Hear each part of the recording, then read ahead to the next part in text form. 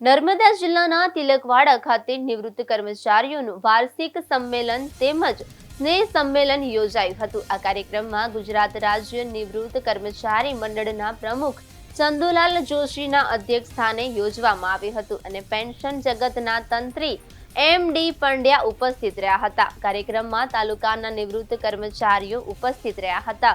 ગુજરાત રાજ્ય નિવૃત્ત કર્મચારી મંડળના પ્રમુખોએ નિવૃત્ત કર્મચારીઓના પ્રશ્નો, હિતો અને સંગઠનની એકતાના મહત્વ અંગે માર્ગદર્શન આપ્યું હતું।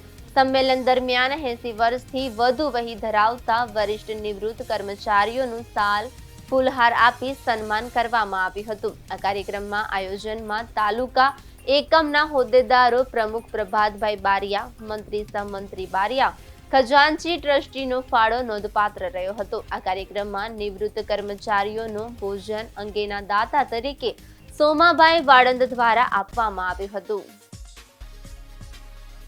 અમે નિવૃત્ત કર્મચારી મંડળની એક સાધારણ સભા અને સંમેલન રાખ્યું હતું, જેમાં રાજ્યમાંથી નિવૃત્ત કર્મચારી મંડળના પ્રમુખ શ્રી ચંદુલાલ જોશી,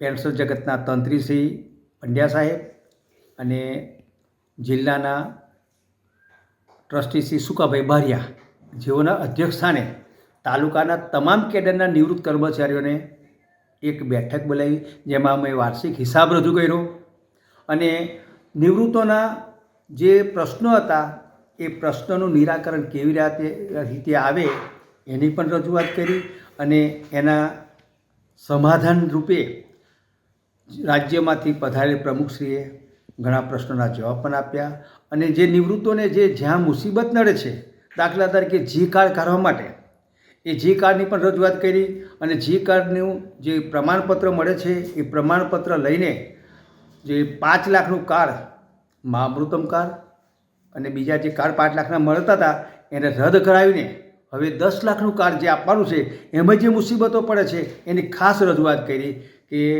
આ કાર્ડ કઢાવવા માટે જિલ્લામાંથી અમુક સમયે જે મહામૃત કાર્ડ છે, બીજા કાર્ડ છે, રદ થતા નથી, જેના કારણે 3 મહિનાથી હજુ આજ દિન સુધી અમને જી કાર્ડ મળ્યા નથી। એ બાબતે સૌથી વિશેષ ભાર મૂકીને રજૂઆત કરવામાં આવી। આજરોજ તિલકવાડા નિવૃત્ત કર્મચારી મંડળનું વાર્ષિક અધિવેશન મળ્યું હતું અને આ અધિવેશનની અંદર ગુજરાત રાજ્ય પ્રાથમિક શિક્ષક સંઘના નિવૃત્ત કર્મચારી મંડળના પ્રમુખ શ્રી ચંદુલાલ જોશી સાહેબ ઉપસ્થિત હતા અને પેન્શન જગતના તંત્રી પણ હાજર રહ્યા હતા અને તેઓને પેન્શન અંગેની પેન્શનરોના જે કંઈક પ્રશ્નો હતા એ પ્રશ્નો અંગે સરકારમાં કઈ કક્ષાએ રજૂઆત કરેલી છે એ તમામ વિગતો આજરોજ તેમને આપવામાં આવી હતી।